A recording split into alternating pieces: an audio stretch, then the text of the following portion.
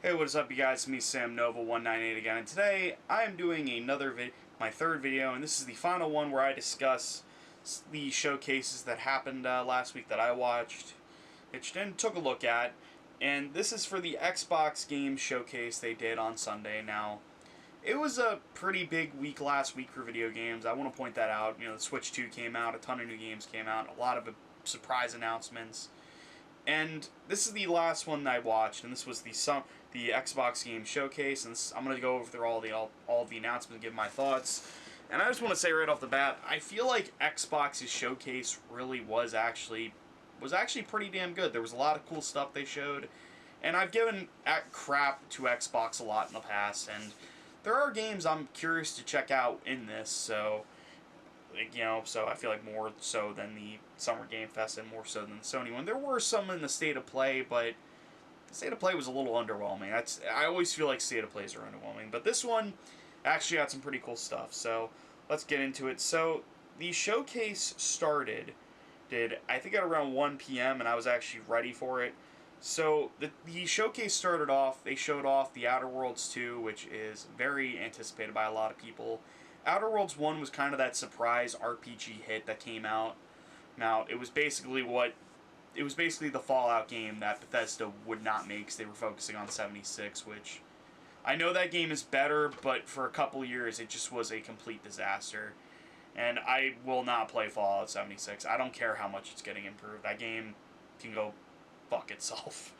That game disgusted me with all their practices, but Outer Worlds 1 I did play a part of, and I thought it was actually pretty good. I didn't finish it, but I did like it enough, so hopefully that Outer Worlds 2 does live up to the hype. It's coming out in October. Next up they showed off was a sequel to a game I didn't think was ever going to get a sequel, considering one of the guys who did the voice for, I guess, most of the aliens, the guns you had, was Justin Roiland. He did the voice work in Rick and Morty, and we all know what happened there. But High on Life is getting a sequel, High on Life 2. It's said to come out, I think, this winter. So it's definitely interesting to see what they're gonna do with this one. If the guns will speak. I mean, they all have faces, so they're probably gonna talk. But you can probably. I played a little bit of High on Life, and I might actually go back and finish it. I don't know if I should. Maybe I will. Because I thought when I played High on Life, I thought it was pretty good, But hopefully High on Life 2 is, better, because I know a lot of people liked it. Next up, this actually really surprised me, is that A Plague Tale, Innocence and Requiem are getting a prequel called Resonance: A Plague Tale Legacy. So I don't know if this is going to be just going to deal with the rat plague back then, but I'm definitely interested to see where they go, because they're going to ancient Rome. And look, I love the Plague Tale series, but this one kind of left me feeling a little skeptical, because I hope it doesn't mess up the lore of the first two games. But I'm still excited for it. But I just hope that Plague Tale, like Requiem and Innocence, aren't forgotten. I don't know. Those games are great. If you haven't played them, definitely check them out. I'm looking forward to Resonance. It's coming out in 2026. Next up, this was the most bizarre one, because I don't really know who this is for. And that is Xbox is finally stepping into the world, I guess, of handhelds, and they're making something kind of similar to the Steam Deck. It's going to be an ROG Ally, but it's going to be an Xbox ROG Ally. It's coming out in holiday of this year, and I'm kind of this thing kind of confuses me, because from what I can tell, it's going to be a more portable, beefed up Series X. I don't really know. I could be way off. It probably isn't that much powerful in the Series X. But it definitely was interesting. It's probably going to be on par with maybe like a Steam Deck. I'm not going to get one. I'm not even going to lie. I'm not really interested in getting this thing, because I have a Series X already. If I want to get like something like a series like this, I'll get either a Steam Deck or a Switch 2. Yeah, that's just me. And they also said Hollow Knight Silksong will be available at launch in Game Pass when the Ally releases later this year. By the way, I'm getting this from PC Gamer, so... And this is where I've got a lot of my information, but I'm going to include this in the description. Next up is Blood of Dawnwalker. It's out next year. It looked pretty cool. It's an action RPG. It's a vampire game. Next up, they showed Super Meat Boy. It's going 3D finally next year. Not much to say about it. Never played the Super Meat Boy games. Now, next up, game is going to be right up my alley, and that's Ninja Gaiden 4 I've always wanted to play through the Ninja Gaiden games. I just bought Ninja Gaiden Black for the original Xbox, and I'm playing on Series X, and I'm going to play Ninja Gaiden 2 as well. But Ninja Gaiden 4 looks honestly freaking awesome. It looks really good. Hopefully it lives up to the hype, and I'm excited to see Platinum Games come back. I mean, they haven't really made a game in a couple of years. So hopefully Ninja Gaiden 4 lives up to the hype, though. Next thing they showed, Indiana Jones and the Great Circles getting DLC. I honestly think that's one of the best games to come out of last year. It's a great game, very underrated in my opinion. Now, the next one really surprised me, this next game, and that is that Game Freak is making a game for Xbox, and it's going to be called Beast of Reincarnation, and it's going to, it says here, it's going to pull from Japanese folklore and Monster Hunter, but it also has robots in it, so interesting. That's something I'm actually curious to see how that is. Next up they showed was Clockwork Revolution, which is, I guess, going to be like a immersive sim / RPG. Looks really cool, and definitely curious to see how it goes. Next up, Grounded is getting a sequel with Grounded 2. Definitely interested to see where that goes. Never played the first one. Now, this next one is by Blooper Team, the guys that made Silent Hill 2 remake, and this is Chronos: The New Dawn. This kind of looks very like a survival horror game, but it's not like a walking sim or you know, Blair Witch Project. This is more of a third-person shooter survival horror game.